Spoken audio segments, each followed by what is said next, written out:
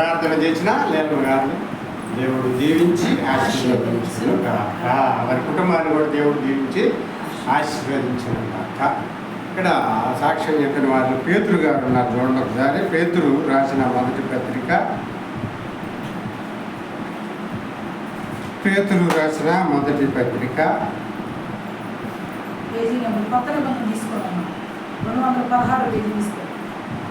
పేతురు రాసిన మొదటి పత్రిక 1వ అధ్యాయము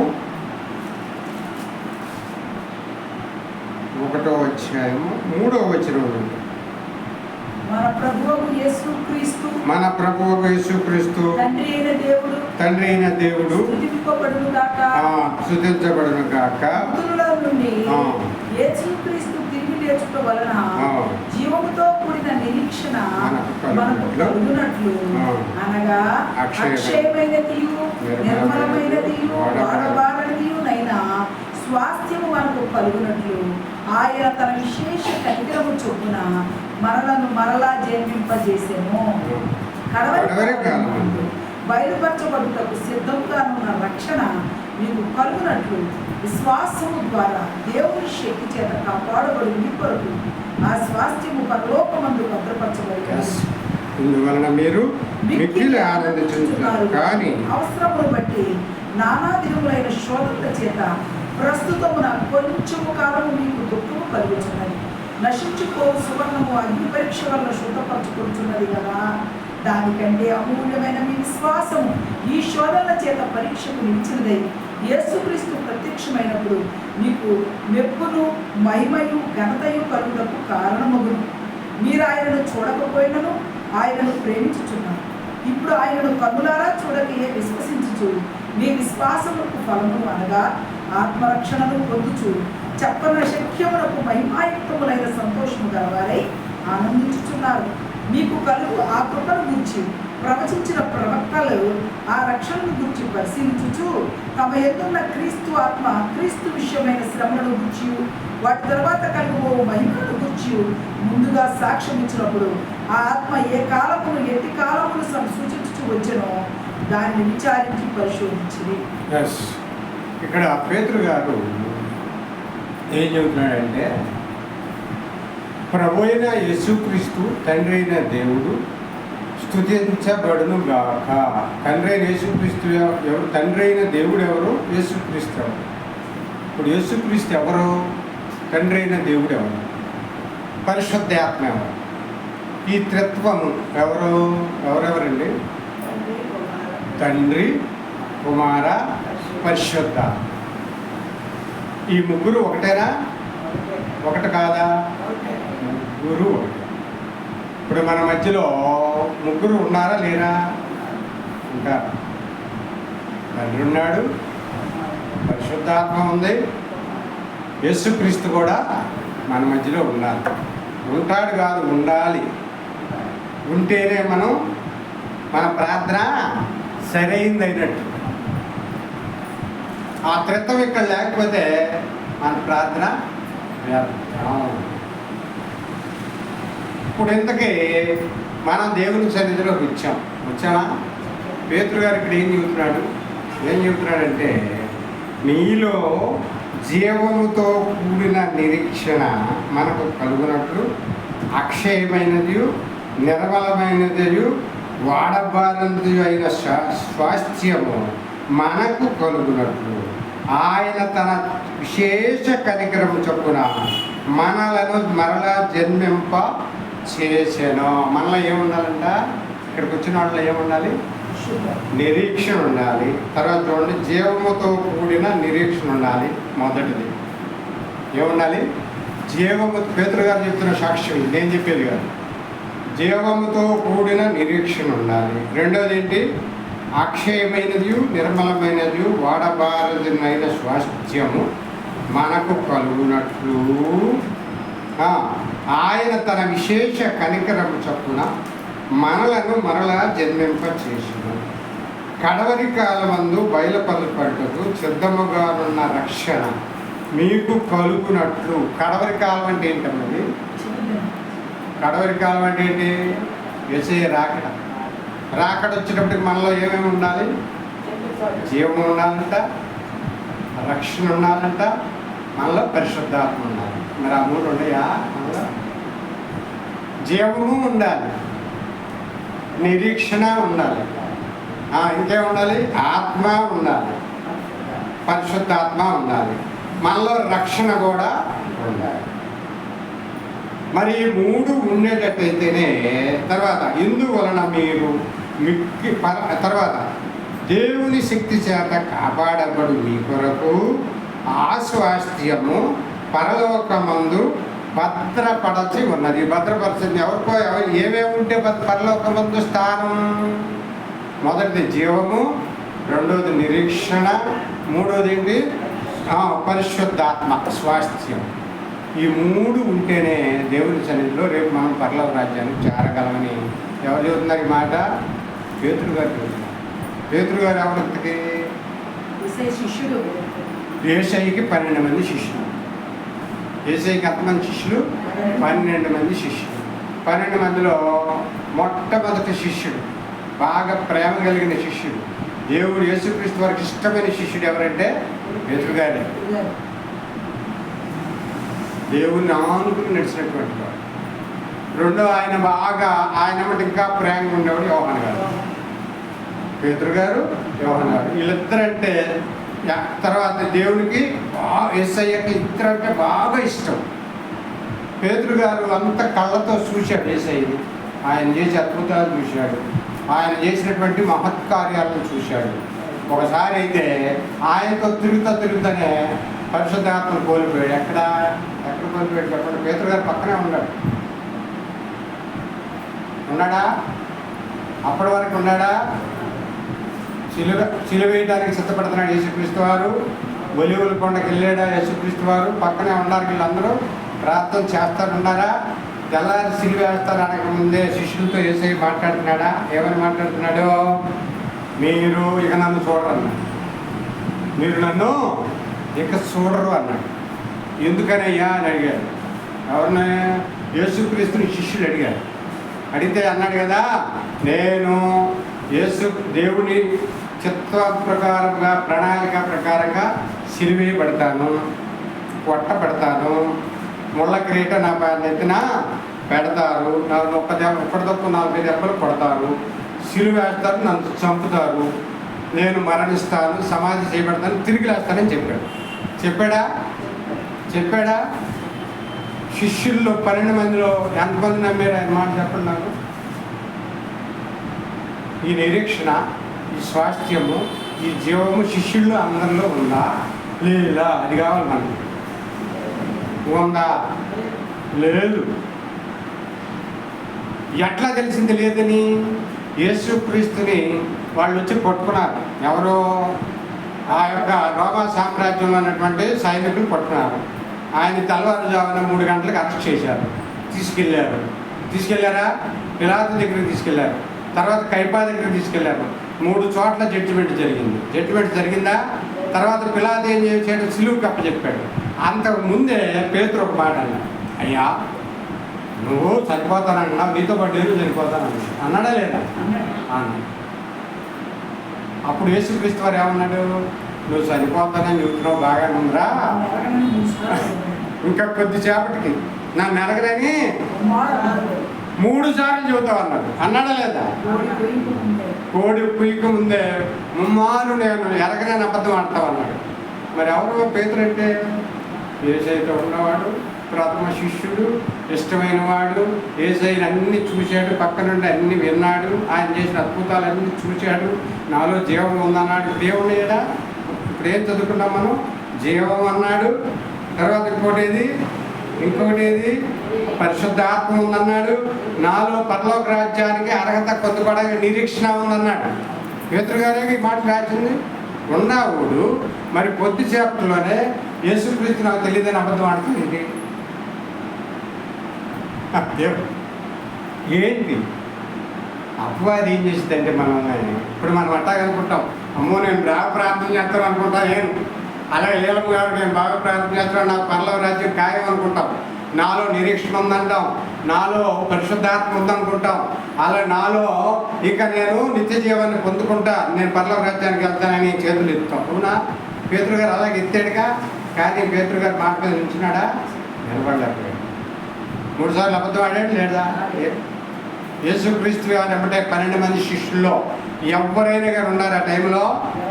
అందరూ ఎటువంటి పారిపోయారు. మరి ఆ నిరీక్షణ ఏమైంది? ఆ విశ్వాసం ఏమైంది? ఉండాలి కదా, స్థిరంగా ఉండాలి కదా. మరి ఏమైనాయి అంటే అవి సాతాను వాటి ఆళ్ళలో నుంచి వాటిని ఏం చేశాడు? తీసుకెళ్ళిపోయాడు. మన పరిస్థితి కూడా అయితే మనలో ఆత్మ వచ్చిందని చెబుతాం, మన ఆత్మీయంగా ఉన్నామని చెబుతాం, పాపంలో ఉండే ప్రార్థన చేస్తాం, పాపంలో ఉండే వెళ్ళి ఆరాధన చేస్తాం, పాపంలో ఉండి వెళ్ళి పాటలు పాడతాం, మందిరంలోకి వెళ్ళి పాటలు పాడతాం, ఏం పర్లేదు నాకు ఏం ఎదురులేదు అనుకుంటాం, నాలో ఆత్మ ఉందంటాం, అన్నీ చేస్తాం. ఎందులో ఉండి? పాపంలో ఉండి. పాపంలో ఉండి ప్రార్థన చేయొచ్చా? పాపంలో ఉండి ప్రార్థన చేస్తే దేవుడు వింటాడా? వినడం. అందుకని అంటున్నాడు కదా, మీరు పాపంలో ఉండి ప్రార్థన చేయకుడి అన్నట్టు పేతురు. ఈ 3 ఇక్కడ మొట్టమొదటి పేతురు రాసినటువంటి మొట్టమొదటి పత్రికలో 5 అధ్యాయాలు. 5 అధ్యాయాల సారాంశం ఏంటంటే మీరు పాపంలో ఉండి ప్రార్థన చేయకుడి అని. ఇప్పుడు మన సంగతి ఏంటి? మనం పాపాన్ని విడిచిపెట్టి ప్రార్థన చేస్తున్నామా? సన్నిధిలోకి వస్తున్నామా? ఇక్కడ కూర్చున్నాం, దేవుని సన్నిధిలో ఉన్నాం. ఇక్కడ ఎవరున్నారని చెప్పాను? 3 ఉన్నారు ఇక్కడ. ఎవరెవరు? తండ్రి ఉన్నాడు, కుమారుడు ఉన్నాడు, పరిశుద్ధాత్మ. ఆయన సన్నిధిలో ఉన్నాం కదా. ఇప్పుడు వరకు పాటలు పాడాం కదా, వాక్యం వింటున్నాం కదా, ప్రార్థన చేశాం కదా. మరి ఇందుకే పాపం ఎక్కడా? మనలో నుంచి పాపం వెళ్ళిపోయిందా? మనలో నుంచి పాపం వెళ్ళిపోయిందా? పాపాన్ని విసర్జించి ఇక్కడికి వచ్చామా? ప్రశ్న. నేను అడుగుతున్నాం, అడగదు దేవుడు అడుగుతున్నాడు. ఇక్కడ నా ద్వారా పలుగా మాట్లాడుతున్నాను. పాపాన్ని విసర్జించి ఇక్కడికి వచ్చామా? 3 లక్షల మంది హాజరయ్యారు. మొన్న ఒక చర్చి పెట్టారు. ఆ చర్చి సొంత మందిరం వచ్చింది. పేర్లు చెప్పండి. నేను అక్కడికి వెళ్ళారు. 3 లక్షల మంది వెళ్ళారు. వాళ్ళు పాపాన్ని విడిచిపెట్టి 3 లక్షల మంది పేతురు గారు చెప్పినట్టు పరిశుద్ధాత్మ ద్వారా పాపాన్ని విడిచిపెట్టి అక్కడికి వెళ్ళారా? పాపాన్ని విడిచిపెట్టి, నా మాట అర్థం చేసుకోవాలి, పాపాన్ని విడిచిపెట్టి వెళ్ళారా? పరిశుద్ధంగా వెళ్ళారా? నిరీక్షణతో వెళ్ళారా? పరిశుద్ధాత్మను స్థిరపరచుకుని హృదయంలో వెళ్ళారా? మనం అందరం పాపంలో ఉండే వచ్చి కాసేపు మందిరంలో కూర్చుని ప్రార్థన చేసి ఒక పాట పాడి దేవుని సన్నిధిలో ఉండి, అమ్మా ఇవాళ ఆదివారం నాడు అయిపోయింది, నేను ప్రార్థనకి వెళ్ళి వచ్చా. ఏంటి? ఆదివారం నాడు నేను ప్రార్థనకి వెళ్ళొచ్చా. ఎలా వెళ్ళా? పాపాన్ని విడిచిపెట్టి మందిరంలోకి వెళ్ళావా? పేతురు గారు చెప్పినట్టు నువ్వు పాపాన్ని విడిచిపెట్టి మందిరంలోకి రావాలి, దేవుని సన్నిధిలోకి రావాలి. పాపాన్ని విడిచిపెట్టి వచ్చావా? ఇప్పుడు మనలో పాపం ఉందా లేదా? ఉంది. పాపం లేకపోతే మందిరం వదిలిపెట్టవు. నీలో పాపం లేకపోతే టైంకి పరిగెత్తుకొస్తావు మందిరంలోకి. మాస్టర్ గారు వచ్చాడు, రాకముందే వచ్చి మందిరంలోకి వచ్చి మోకాళ్ళు వేసి ప్రార్థన చేస్తూ ఉంటాం. అవునా? మనలో పాపం ఉండబట్టే మందిరానికి రావడానికి ఒక టైం పెట్టుకున్నాం. పాస్టర్ గారు వెళ్ళి పాటలు పాడి అంత అయిపోయిన తర్వాత చివరిలో వచ్చి ఆమెనని అవతలకి వెళ్ళిపోతాం. ఎందువల్ల చెప్పాలి, నాకు మీరు అర్థమయ్యేటట్టు చెప్పాలి. నేను వాక్యం అర్థం చేసుకోండి. పాపంలో ఉండటం వల్ల ఊరికి రేపు చివరిలో వచ్చి కాసేపు మందిరంలోకి వచ్చాము, పోయాము. అక్కడ పేతురు గారు ఆ మాట చెబుతున్నాడు. ఇక్కడ నీలో నిరీక్షణ ఉండాలి అన్న. ఇంకొకటి ఏమన్నాడు? చూడండి, నీలో నిరీక్షణ ఉండాలి, పాప క్షమాపణ ఉండాలి. మనం చదవాలి. అది పరిశుద్ధాత్మ ఉండాలి. నీలో నిరీక్షణ ఉండాలి, పాప క్షమాపణ ఉండాలి, పరిశుద్ధాత్మ ఉండాలి. అపోస్తుల కార్యాలు 2వ అధ్యాయం చూడండి ఒకసారి. అపోస్తుల కార్యాలు 2వ అధ్యాయం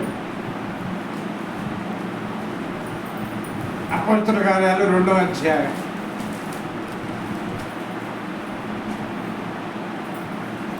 ఆ 2వ అధ్యాయము 37వ వచనం.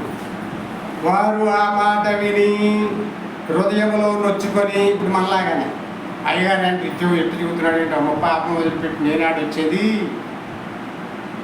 అనిపిస్తుందా లేదు మీకు? పాపం వదిలిపెట్టి నేనట్టు వచ్చేది, పాపం వదిలిపెట్టట నా భార్య అట్ట, నా బిడ్డట్ట, తెల్లారి మరట్ట, నేను అబద్ధం ఆడిపోతే నాకు ఇల్లు జరగదు, అబద్ధం ఆడిపోతే ఈ లోకంలో జీవించకపోతే నా కుటుంబం నడవదు అని అంటున్నాడు. వీళ్ళు కూడా అట్టగనుకుంటున్నారు. చూడండి ఇక్కడ వారంటే అక్కడ కూడిన వారు ఆ మాట విని హృదయంలో నొచ్చుకొని, సహోదరులారా, అక్కడ పేతురు గారు మాట్లాడుతున్నారు. ఏమేమి చేతులని పేతురును కడమ అపోస్తలులు అడుగగా పేతురుని అడిగారండి. నేను ఇప్పుడు మనం చెప్పుకోవడం పేతురు గారి గురించి. పేతురు గారు ఇక్కడ మాట్లాడుతున్నారు అపోస్తలుల కార్యాలు, పేతురు పత్రికలో కూడా మాట్లాడుతున్నారు. చూడండి ఇక్కడ ఏమంటున్నాడు పేతురు గారు. పేతురు మీరు మారు మనస్సు పొంది పాపక్షమాపణ నిమిత్తము ప్రతివాడు యేసుక్రీస్తు నామమున బాప్తిస్మము పొందుడి, అప్పుడు మీరు పరిశుద్ధాత్మ అను వరము పొందుదురు. ఈ వాగ్దానము మీకును మీ పిల్లలకును దూరస్తులందరికీ అనగా ప్రభు అయిన మన దేవుడు తన యొద్దకు పిలిచిన వారికి అందరికీ చెందునని. ఇప్పుడు మనందరికీ చెందుద్దా చెందదు? ఈ వాక్యం చెందుద్దా చెందదా? ఇక్కడ పేతురు గారు చెప్తున్నాడు, అక్కడ పేతురు గారు చెప్పాడు. మీలో నిరీక్షణ ఉండాలన్నాడు, మీలో పరిశుద్ధాత్మ ఉండాలన్నాడు, మీలో పరిశుద్ధాత్మ ఉండాలన్నాడు. మీరు పరలోక రాజ్యానికి వెళ్ళాలంటే యేసుక్రీస్తుని ఆయుధంగా ధరించాలన్నాడు. ఇక్కడ ఏమని చెబుతున్నాడు? చూడండి పేతురు గారు చెబుతున్నాడు. ఏమని చెబుతున్నాడు? మీరు మారు మనసు పొందాలి ఒకటి. రెండోది ఏమని చెబుతున్నాడు? పాప క్షమాపణ. పాప క్షమాపణ ఉంటే మందిరం విడిచిపెడతావు నువ్వు. మరి ఎందుకని ఇప్పుడు టైం వాక్యం చెబుతా ఉంటే టైం ఎంత చూస్తుంటారు కూర్చున్నాడు. చాలా మంది నేను గమనించాను. నేను వాక్యం చెప్పేటప్పుడు టైం ఎంత చూస్తున్నారు అంటే మీలో పాపం ఉండట, పరిశుద్ధాత్మ ఉండట చెప్పాలి. నాకు వెంటనే చెప్పాలి, అనిపిస్తా వాక్యాలు. పాపం ఉండట, పరిశుద్ధాత్మ ఉండట. టైం ఎంత చూస్తున్నాం అంటే పాపం ఉండట. ఏంటి ఇంకా ముగించడు, ఏంటి పట్టాలి వాక్యం ఏంటి, అమ్మ మమ్మల్ని చంపుతున్నాడు, మేము ఇంటికి వెళ్ళిపోతే హాయిగా టీవీ చూసుకోవచ్చు, ఫోన్లు చూసుకోవచ్చు, బండికి కూర తినాలి, మాస్టర్ పని వేయడానికి పోతుంది, ఈరేంటి ఇప్పుడు తగ్గుతున్నాడు, ఏంటి వాక్యం ఏంటి పాడేది, అమ్మో ఇంత మేమేం చేసాం అయ్యా, మా వల్ల కాదు ఇంత, నువ్వు ఇట్ట చెప్తే మేము అసలు మందిరానికే. మా పాస్టర్ గారు అట్ట చెప్పడు, మా పాస్టర్ గారు అన్నీ తీర్చరు, ఏం పర్లా, మీరు అట్ట మందిరానికి వచ్చి ఆదరే వెళ్ళిపోయి అవుతుంది.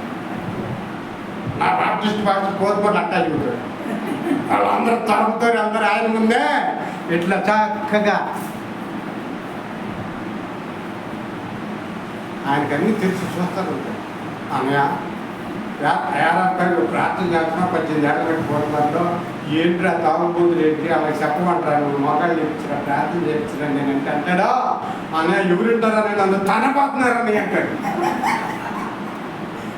ఈపూర్లో మాసిలమణి అయితే మాసిలమణి గారితో నేను మాట్లాడా, ఏమయ్యా మాసిలమణి ఆ ఈపూర్లు అట్లా తాగుబోతులు మీ అందరూ మేము వచ్చాము మీ ఊరు, నేను చెప్పేవాడిని కాదు వాక్యం ఆమె చెప్పేది, ఎందుకంటే ఆమెకు ఇస్తే అవకాశం లేదు, ఎందుకంటే ఆడవాళ్ళు మారాలని.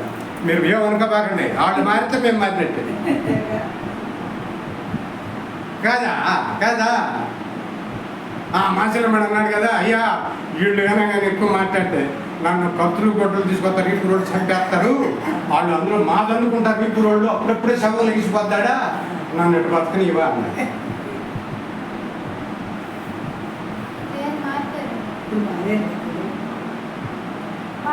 నువ్వే వెనక బాబు ఈ కురోళ్ళు నాకు తెలుసు, ఇదిగో రాజేశ్వర పాస్టర్ గారు మీ ఊరే, రాజేశ్వర పాస్టర్ గారు మీ ఊరే, రాజేశ్వరరావు పాస్టర్ గారు, రాజేశ్వరరావు నల్లటి ఆయన పుట్టుకుంటాడు,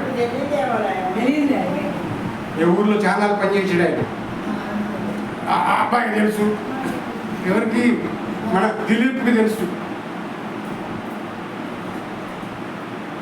వాక్యం చెప్తే రామయ్య మేము తెల్లారే మందిరానికి రాము, నువ్వు అంత గట్టిగా నిక్కచ్చిగా నిలబెడితే మేమే ఆడరామయ్యా, మేము మందిరానికి రాలేమయ్యా, మేము అటు ఉండలేమయ్యా అని వాళ్ళు ఉండరామయ్యా, నన్ను చనిపోతారు అన్నయ్య అన్నాడు పాస్టర్ గారు. అమ్మో దేవుడు అట్లా చదువుతున్నాడా, ఏడేమని చదువుతున్నాడు చూడండి ఒకసారి వాక్యం చూడండి. మీరు మారు మనసు పొంది పాప క్షమాపణ నిమిత్తం ప్రతివాడు యేసుక్రీస్తు నామమున బాప్తిస్మం పొందుడి, అప్పుడు మీరు పరిశుద్ధాత్మను వరము పొందుదురు.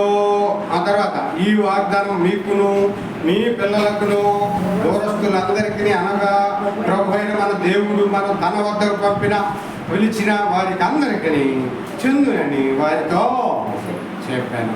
ఇంకాను మాట్లాడుతున్నట్టు ఆయన పేతురు గారు, ఇంకాను అనేక విధములైన మాటలతో సాక్ష్యమిచ్చి మీరు మూర్ఖులకు ఈ తరము వారికి వేరే రక్షణ పొందిన వారితో, ఈ తరము వారు మూర్ఖులంట. మూర్ఖులంటే ఎవరమ్మా? మంచోళ్ళ ఏనా? మూర్ఖులంటే ఎవరు? వాడు చచ్చినాయి అనడం, భార్య ముట్టుకూడదయ్యా, బయటకు వెళ్ళొద్దయ్యా, బయటకు అయ్యా, పిల్లలు చెడిపోతారయ్యా, వయసుకొచ్చారయ్యా, పిల్లలు పెద్దోళ్ళు అవుతున్నారయ్యా, నువ్వు అటు వరకు తాగి ఇప్పుడు వద్దయ్యా, అటు వరకు తిరిగితే ఇప్పుడు వద్దయ్యా అని బతిలాడుతూ ఉంటారు. మారుతారా? వాళ్ళు ఏమంటారు? ఏమంటాడు ఇక్కడ పేతురు గారు? వాళ్ళు ఏమంటున్నాడు? మూర్ఖుడు. మూర్ఖులు అంటే మాట విననివాడు, మెడ వంచనివాడు, నాట్ బెండింగ్ ఆఫ్ నెక్, ఇంగ్లీష్లో చెప్పాలి. మెడ వంచని వారు వాళ్ళు. ఎనరక తల్లి చెప్పుద్ది, తండ్రి చెప్పుతారు, పిల్లలు కూడా చెబుతారు తెలుసా. ఇప్పుడు పిల్లలు కూడా చెబుతున్నారు తల్లిదండ్రులు, నాన్న ఏడు మానుకున్నా, నేను పెద్దోడు అవుతున్నాను చెప్తారు. చెప్పలేదా? చెబుతున్నాడు. వాళ్ళకి అదృష్టం ఏంటో కానీ అంటే వాళ్ళకి మంచి పిల్లలు ఉంటారు. వాళ్ళ అదృష్టం ఏంటో కానీ అలాంటి వాళ్ళకి భలే మంచి పిల్లలు పుడతారు. నమ్మాలి మీరు, నా మాట నమ్ముతారు నమ్మట్లేదా? అలాంటి వాళ్ళకి మంచి పిల్లలు పుట్టి పిల్లలు భలే సాధువులుగా ఉంటారు. నాకు ఒకసారి మా అమ్మాయి చెప్తున్నారు, పెద్ద కోపిస్తుంది, గంగరాలు తిప్పేసేది మీ అమ్మగారిని ఒక్కోసారి విన్నాం. మరి ఇట్లా మూర్ఖంగా ఉన్నప్పుడు మా అమ్మాయి చెప్తున్నాడు, నేను ఇప్పుడు కాదు, నేను అంటే సంగతి ఇప్పుడు సంగతి కాదు.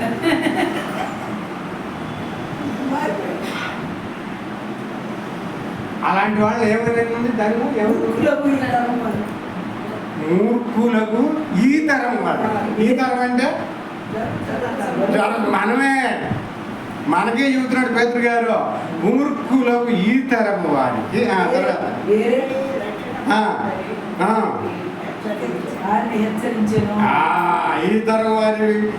తరం వారికి వేరే ఒకటి ఏంటమ్మా? లేలమ్మ గారు, నేను బాప్తిజం తీసుకున్నాడు చేయొద్దండి ఒకసారి. లేలమ్మ గారు, నేను, అమ్మాయి తీసుకున్నాం అంటారు బాప్తిజం. తీసుకోలేదుగా మన అమ్మాయి, మన నువ్వు తీసుకున్నాక ఒకటి మన బాప్తిజం తీసుకున్న వాళ్ళందరికీ చెబుతున్నాడు పేతురు గారి మాట. ఈ మూర్ఖులైన ఈ తరం వారికి వేరొకటి ఏంటి? వాళ్ళతో కలవకూడదు. ఎవరితో? ఇక ఊరికనే అనకూడదు. తిన్నాక ఏమని చెప్పిందాక, పాపం నెత్తి మీద గంపలాగా పెట్టుకుని మందిరానికి వెళ్ళి ఆ కాసేపు ఆడ కాలక్షేపం చేసి ఇంటికి వస్తారు చూసా, వాళ్ళు ఈ తరం వాళ్ళు. దేవుని స్తోత్రం చెప్పండి. ఏమనుకోబాకండి, నన్ను మళ్ళీ తిట్టుకోబాకండి. ఎందుకంటే ఈ తరం వారు పాపపు గంప అది నెత్తుకొని పెట్టుకుని మందిరానికి ఊరికనే వెళ్ళి వేషధారణగా ఆ కాసేపు అక్కడ ఉండి పాస్టర్ గారి దగ్గర అటెండెన్స్ చేర్చుకుని, పాస్టర్ గారి దగ్గర కాదు, చర్చిలో పెద్దలు ఉంటారు కదా, ఏంట్రా రే నీ భార్య నీ బిడ్డలు పెళ్ళి భారతలకు రాలేదు ఏంటి, సీటు ఈను, రేపు నీ పెద్ద కూతురు పెళ్ళికి సీటు ఇవ్వను, ఆ సీటు ఎవరని భయపడి వెళ్ళొస్తారు. ఎందుకు? రేపు పెళ్ళి అయిపోద్దిగా సీటు ఇవ్వకపోతే ఆ సీటు భయం వేసి చర్చికి వెళ్ళి వస్తారు. వాళ్ళకి వేరే. ఎవరికి వేరే మరజని? ఎవరికి వేరే? ఊరికినే పాపం నెత్తి మీద పెట్టుకుని మందిరానికి ఊరికే ఇళ్ళు వస్తుంటారు చూసి, పాపంలో ఉండి దేవుడు ప్రార్థన చేస్తారు, పాపంలో ఉండి ఆరాధన చేస్తారు, పాపంలో ఉండి పాట పాడతారు, పాపంలో ఉండి ప్రార్థన చేస్తారు, పాపంలో ఉండి అన్ని చేస్తారు, దేవుడి పనులన్నీ బల్ల కూడా తీసుకుంటారు, పాపంలో ఉండే ప్రభు బల్ల తీసుకుంటారు. లేరా? అటు తీసుకున్న వాళ్ళు లేరా? ఇప్పుడు 100% వాళ్ళే. ఎవరండి? పాపంలో ఉండే ప్రభు బల్ల తీసుకున్న వాళ్ళు 100%. 190 అంటే మిగిలిన వాళ్ళు 10 నేను వదిలిపెట్టింది. ఆ 10 మంది ఉన్నారు ఎవరు, లేకపోతే అందుకే ఈ భూలోకం ఉంది. ఈ భూమి ఉందంటే, భూమి భరిస్తుందంటే ఆ 10 మంది ఉన్నమట్టే. అబ్బాయి అవునా, నీ పేరు ఏంటో? అబ్బాయి రాత్రికి వస్తాను అన్నాడు, వచ్చాడు. అబ్బాయి మనం ప్రార్థన చేయకూడదు. మరి వాళ్ళల్లో వేరయ్యి మనం ఏం చేయాలని చూడండి. ఇక్కడ మరి కిందకి రండి ఒకసారి. మీరు తర్వాత మీరు అపోస్తుల బోధ ఎందును, సహవాసమందును, రొట్టె విరుచుట ఎందును, ప్రార్థన చేయటందును ఎడతెగక ఉండాలంట.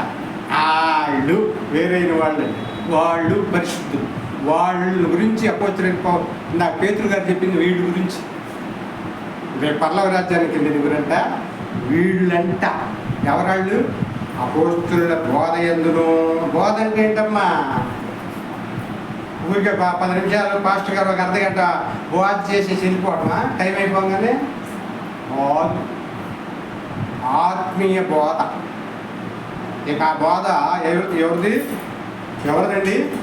ఆత్మీయ బోధ, పరిశుద్ధాత్మ ద్వారా బోధ, పరిశుద్ధాత్మ కలిగిన పాస్టర్ గారు చెప్పే బోధ.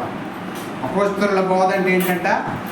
పరిశుద్ధాత్మ ద్వారా పాస్టర్ గారు చెప్పే బోధను అపోస్తుల బోధ అంటారు. ఇప్పుడు మన బోధలు ఏంటి? మన చర్చిల్లో, పెద్ద పెద్ద చర్చిల్లో పరిశుద్ధాత్మ బోధ అనేది, అసలు పరిశుద్ధాత్మ అంటే ఏంటో తెలియదు అన్నాడు పాస్టర్ గారు. ఎంత విచారకరం! పరిశుద్ధాత్మ అంటే ఏంటో నాకు తెలియదండి, ఆ స్పర్శ తెలియదు నాకు, అది ఎట్లుంటుంది అన్నాడు ఆయన. అది ఎట్లుంటుందో ప్రార్థన చేస్తే తెలుసు. దేవుని సన్నిధిలో ఉండి మొదలుపెడితే తెలుసుద్ది పరిశుద్ధాత్మ ఎలా ఉంటుందో. పరిశుద్ధాత్మ ఉన్నవాళ్ళు మాట్లాడతారా?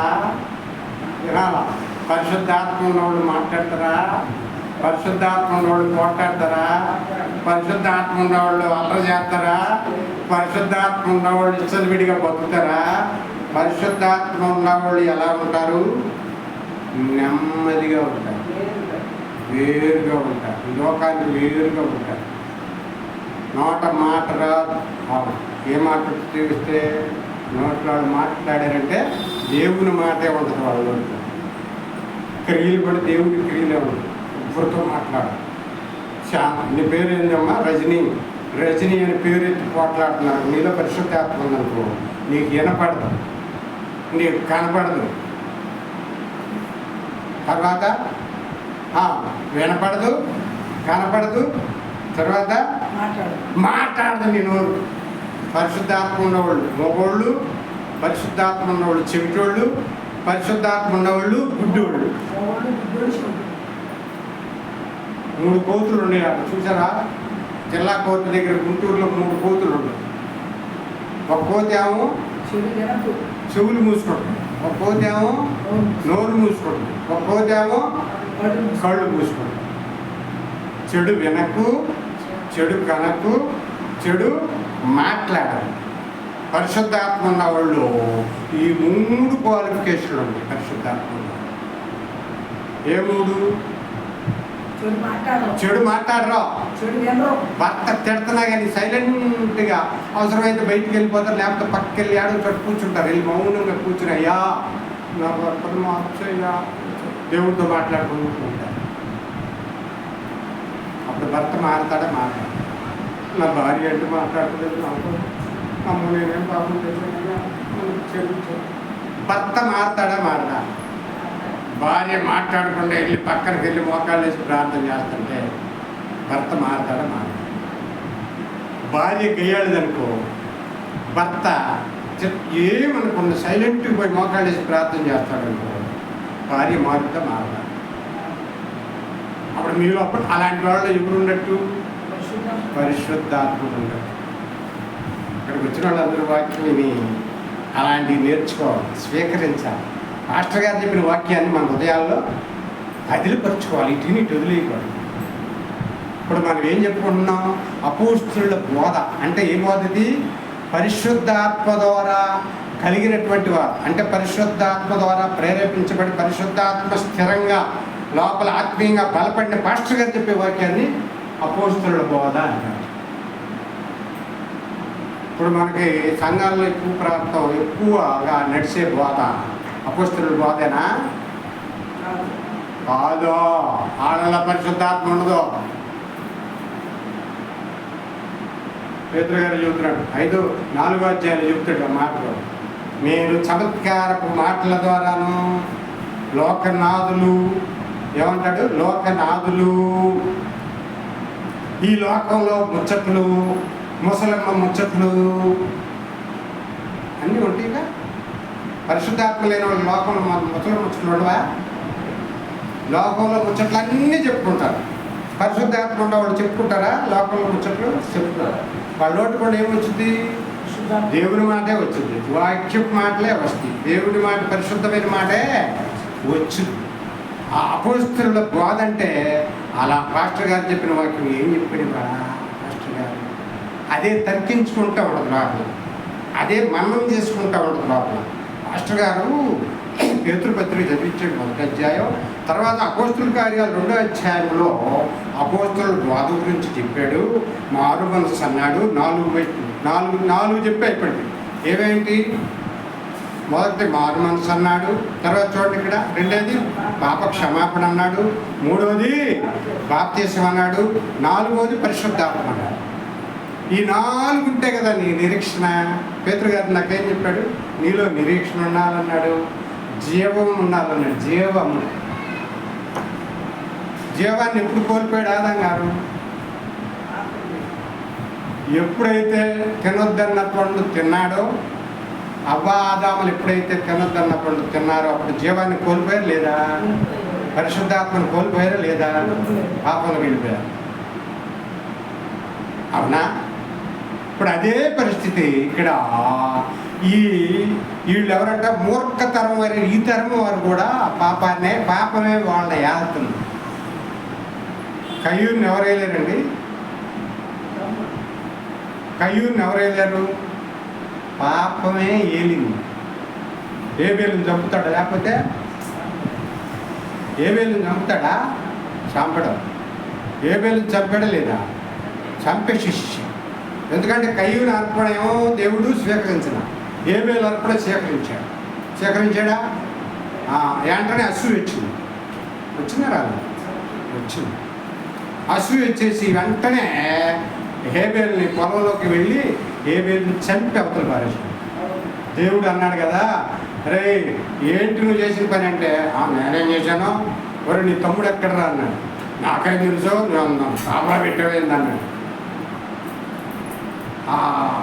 హేబేలు రక్తము నాకు మొరపెడుతుంది కదరా, నువ్వేంటి అబద్ధం ఆడతావని అన్నాడా?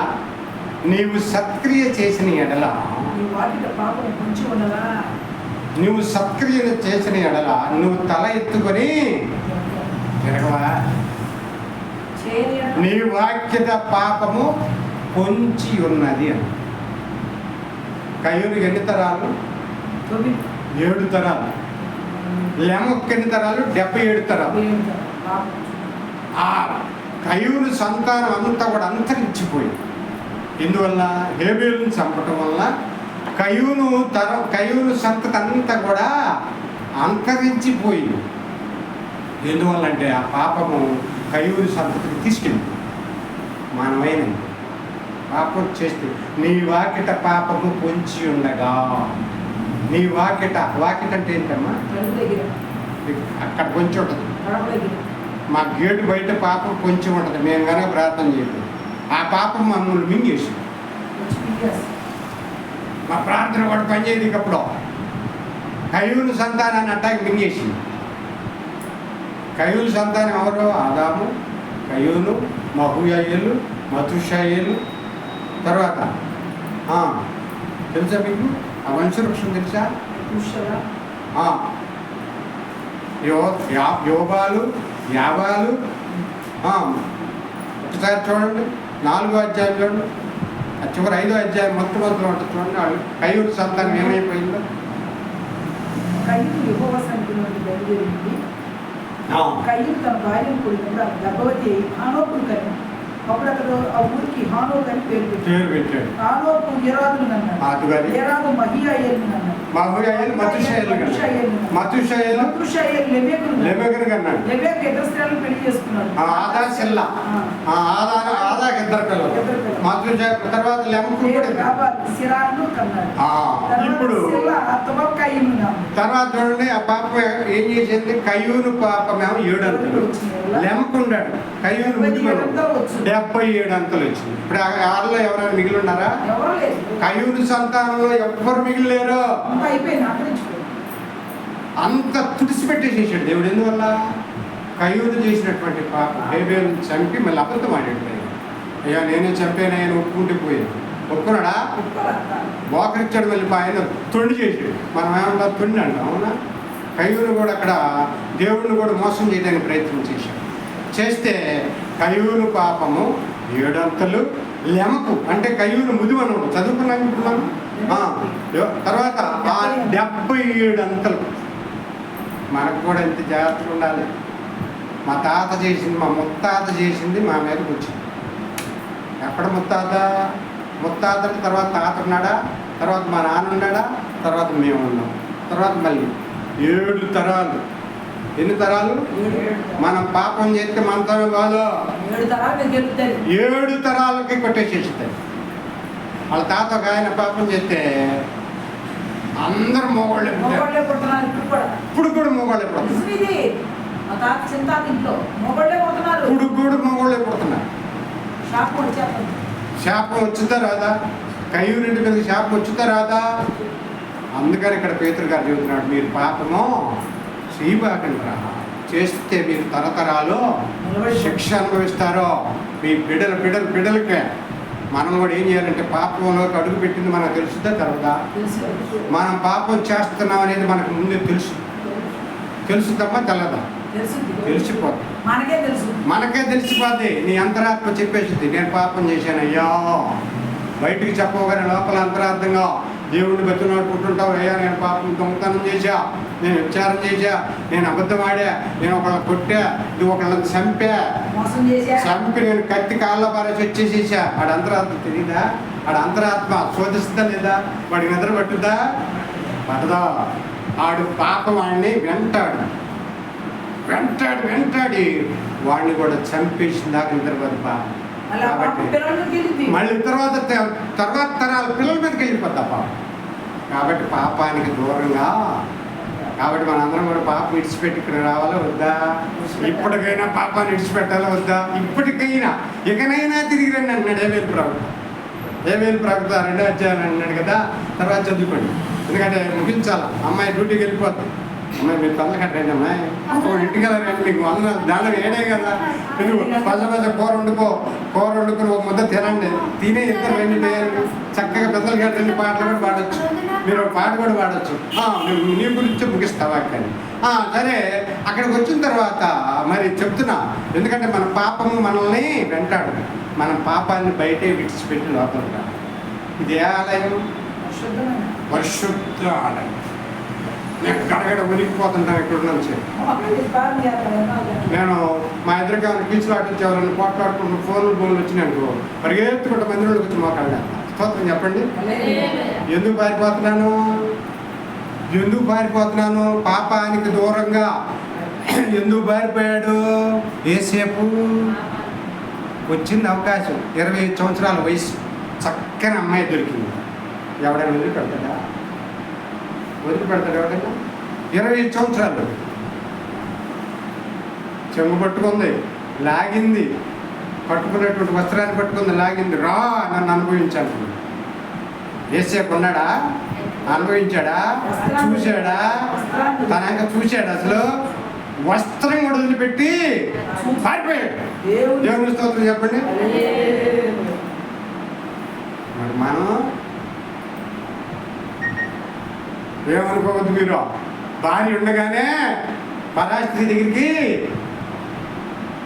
వెళ్ళొచ్చా? వెళ్ళిపోయి పాపం చేశారు. పాపం ఏం చేసింది? కయ్యూని వెంటబడి ఎన్ని తరాల వరకు? 77 తరాల వరకు వెంటబడి చంపేసి ఒక్కరిని భూమి మీద లేకుండా చేసేది. తర్వాత ఆదాము అవ్వలకి షేతు అని ఒకటి పుట్టాడు. ఆ సంతానం చేతు నుండి వచ్చారు. ఇద్దరు ముగ్గురు పవిత్రులు వచ్చారు. ఎవరెవరు చెప్పండి? చేతు నుండి ముగ్గురు పవిత్రులు వచ్చారు. హానోకు వచ్చాడు, నోవాహు వచ్చాడు. ఇంకా హానోకు వెళ్ళిపోయాడు, చక్కగా దేవుని దగ్గరికి వెళ్ళిపోయాడు. మరణించలా, ఆయన శరీరంలో పురుగులు పడలా, మరణించకుండానే దేవుని దగ్గరికి వెళ్ళిపోయాడు హానోకు. తర్వాత నోవాహు వచ్చాడా? వచ్చాడు. ఎంత పరిశుద్ధుడు నోవాహు, ఎంత నీతిమంతుడు, భూలోకంలో ఇంకెప్పుడు లేడు, అంత నీతిమంతుడు. ఎవరి నుంచి వచ్చారు? కయ్యూను నుంచి వచ్చారా? ఎందుకని వాళ్ళ కయ్యూను నుంచి? కయ్యూను పాపం చేశాడు. చేతు పాపం చేశాడా? చేతుకు మొట్టమొదటి కుమారుడు ఏనోషు ప్రార్థన చేశాడు. మొట్టమొదటి ప్రార్థన అప్పుడే స్టార్ట్ అయింది. ప్రార్థన చేయబట్టి ఆ కుటుంబం వర్తిల్లింది. చేతు వంశాలు స్తోత్రం చెప్పండి. కాబట్టి మనం ప్రార్థన చేస్తే, ఇప్పుడు దిలీప్ ప్రార్థన చేస్తే కొడుకు ఆశీర్వదించబడ్డాడు. కొడుకు ప్రార్థన చేస్తే ఆ కొడుకు ఆశీర్వదించబడ్డాడు.